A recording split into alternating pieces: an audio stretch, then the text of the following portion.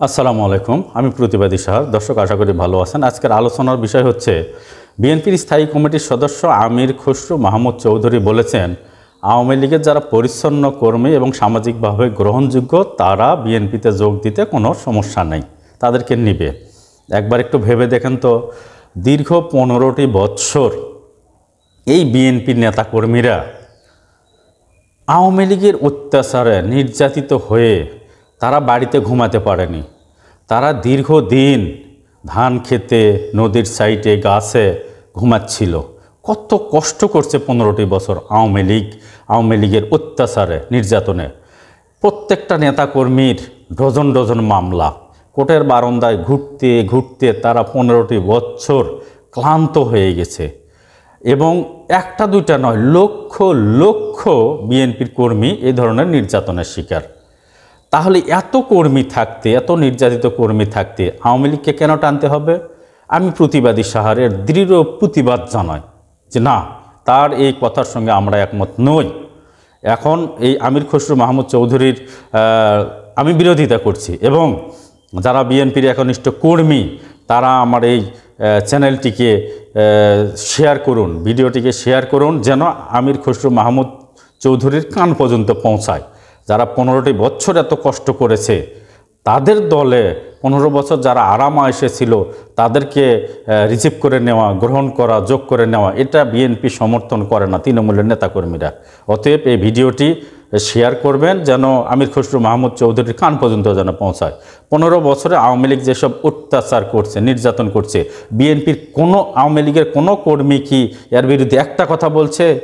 আওয়ামী লীগ কতগুলো অপকর্ম করছে, আমি দুই একটা আপনাদের সামনে বলবো। দেখেন, 2010 সালে খালেদা জিয়াকে তার বাসা থেকে, ক্যান্টনমেন্টের বাসা থেকে এক কাপড়ে বের করে দিয়েছে। আচ্ছা বলেন তো, এর বিরুদ্ধে বিএনপির রাস্তায় নামছিল, প্রতিবাদ করছিল। আওয়ামী লীগের একজন কথা বলছে যে খালেদা জিয়াকে বের করা যাবে না, সে সাবেক প্রেসিডেন্টের স্ত্রী, সেনাপ্রধানের স্ত্রী। এই কথা আওয়ামী লীগের কেউ বলে না। তাহলে আওয়ামী লীগের পরিচ্ছন্ন কর্মী কোথায়? এরপরে দেখেন, 2010 থেকে 12 সালের মধ্যে হলমার্ক একটা গ্রুপ, যেটা সোনালী ব্যাংক থেকে 35 বিলিয়ন ডলার সেখান থেকে ঋণ নিয়েছিল, ঋণটা দেয়নি জালিয়াতি করার জন্য। 35 বিলিয়ন ডলার মানে কি? এত টাকা জালিয়াতি করলো, দেশের অর্থনীতি 12টা বাজালো।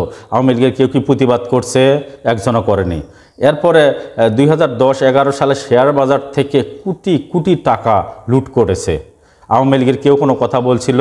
বিএনপি সাধারণ জনগণ প্রতিবাদ করছিল, যার কারণে বিএনপির এবং সাধারণ ছোট ছোট ক্ষুদ্র বিনিয়োগকারী অনেকেই আত্মহত্যা করছে, কিন্তু এর বিরুদ্ধে কেউ কথা বলেনি। এরপরে দেখেন, বাংলাদেশ থেকে এই 15 বছরে শেখ হাসিনা ঋণ নিয়েছে বিভিন্ন আন্তর্জাতিক সংস্থা থেকে। 18 লাখ কোটি টাকা ঋণ নিয়েছিল, যেটা এর আগে বিএনপির আমলে ছিল মাত্র 2 লাখ কোটি টাকা। আর সেটা 18 লাখ কোটি টাকা ঋণ নিয়েছে। এই ঋণের বিরুদ্ধে আওয়ামী লীগের কোনো নেতাকর্মী কোনো কথা বলছে? দেশের 12টা বাজাইছে, কিচ্ছু বলেনি।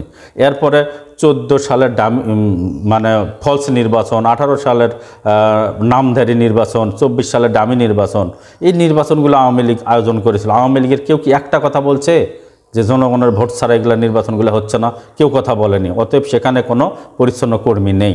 এরপরে দেখেন, এই 15 বছরে মোটামুটি 150 বিলিয়ন ডলার পাচার করছে বিদেশে। 150 বিলিয়ন ডলার মানে কি? সাধারণ জনগণ জীবনে 1 বিলিয়ন টাকা চোখ দিয়ে দেখতে পারবে না, আর সেটা 150 বিলিয়ন মানে কি? এর বিরুদ্ধে কেউ কথা বলেনি। এরপরে দেখেন, আপনারা কিছু হত্যার ঘটনা বলি, আওয়ামী লীগের কেউ কোনো এর বিরুদ্ধে কথা বলেনি। বিশ্বজিৎকে ছাত্রলীগ নির্মমভাবে কুপিয়ে কুপিয়ে হত্যা করছে, আওয়ামী লীগের কেউ কথা বলেনি। এরপরে ফেলানির লাশ বর্ডারের কাঁটাতারের উপরে ঝুলেছিল, কেউ কথা বলেনি আওয়ামী লীগের। এরপর আবরার ফাহাদকে ছাত্রলীগের ছেলেরা কুপিয়ে কুপিয়ে হত্যা করছে, কেউ কথা বলেনি আওয়ামী লীগের। এরপর সাকা চৌধুরীকে চট্টগ্রাম 2 আসন থেকে 6বার নির্বাচিত একজন জনপ্রতিনিধি, তাকে নিয়ে এসে ফাঁসি দিয়েছে, আওয়ামী লীগের কেউ কথা বলেনি। দেলোয়ার হোসেন সাঈদীকে সুস্থ সবল লোককে জেলখানা থেকে বের করে নিয়ে এসে ইঞ্জেকশন দিয়ে হত্যা করছে, আওয়ামী লীগের কেউ কোনো কথা বলেনি। তাহলে এত হত্যা করছে, তারপরেও আওয়ামী লীগের কোনো মানে পরিচ্ছন্ন কর্মী থাকতে পারে? কেউ নাই। একদিকে মানুষ হত্যা করলো, আরেকদিকে ভারত প্রীতি, একদিকে মানুষ হত্যা করলো, আরেকদিকে ভারত প্রীতি। বাংলাদেশের লোক ইলিশ খেতে পারে না, অথচ ভারতকে টোন ইলিশ দিয়েছে শেখ হাসিনা। শেখ হাসিনা আরও বলছে যে ভারতকে যা দিয়েছি তা ভারত আজীবনেও ভুলতে পারবে না। একদিকে বাংলাদেশকে মারছে, আরেকদিকে ভারতকে দিচ্ছে। তারপরে এর বিরুদ্ধে আওয়ামী লীগের কেউ কথা বলেনি। তারপরে আওয়ামী লীগের মধ্যে স্বচ্ছ লোক আছে, অসম্ভব ঘটনা। এরপরে দেখেন দ্রব্যমূল্যের ঊর্ধ্বগতি দেখেন। এই শেখ হাসিনা বাংলাদেশের লোককে 20-30 টাকার পেঁয়াজ 250 টাকা খাওয়াইছে। কেউ কি কোনো কথা বলছে আওয়ামী লীগের? কেউ কথা বলেনি। আওয়ামী লীগে কোনো পরিচ্ছন্ন কর্মী থাকতে পারে না। আমার এই ভিডিওটা শেয়ার করবেন যাতে আমির খসরু মাহমুদ চৌধুরীর কাছে পর্যন্ত যায়, উনি দেখুক বিএনপির একজন কর্মীও যদি আমার এই ভিডিওটা দেখেন তাহলে এটা শেয়ার করবেন। উনি দেখুক যে বিএনপি যথেষ্ট, এখানে অন্য কোনো দল থেকে কর্মী আমাদের লাগবে না। এরপরে দেখেন বিদ্যুতের বিষয়ে আওয়ামী লীগের সময় যে বিভ্রাট ছিল, জনগণ বিদ্যুতে অতিষ্ঠ, গরম, বিদ্যুৎ পায় না, অথচ সংসদে তামাশা করত আওয়ামী লীগের এমপি শিল্পী মমতাজ ফেরি করে বিক্রি করতো এবং সংসদে গান গাইতো, সংসদকে আনন্দ রাখতো, অথচ জনগণ বিদ্যুৎ অতিষ্ঠ হয়ে গেছিল। এর বিরুদ্ধে কেউ কোনো দিন আওয়ামী লীগের কেউ কোনো কথা বলছে? কেউ বলেনি। বিধায় আমি অনুরোধ করব আওয়ামী লীগ থেকে একজন কর্মীও যেন বিএনপিতে না আসে। বিএনপির কর্মীর অভাব নেই, নেতার অভাব নেই, বিএনপির জনসমর্থনের অভাব নেই। 14 সালেও যদি নির্বাচন হতো বিএনপি ক্ষমতায় আসতো, সেই বিএনপিকে ক্ষমতায় আসতে দেয়নি আওয়ামী লীগ। অতএব বি কেয়ারফুল। আওয়ামী লীগের একজনও এখানে আমরা মানে বিএনপির যারা সাধারণ কর্মী আছেন একজনও আওয়ামী লীগ থেকে এখানে ঢুকতে দিবেন না। এর প্রতিবাদ করবেন, সবাই প্রতিবাদ করবেন, একজনও যেন ঢুকতে না পারে। ঠিক আছে দর্শক শ্রোতা, ভালো থাকবেন, সুস্থ থাকবেন। আসসালামু আলাইকুম।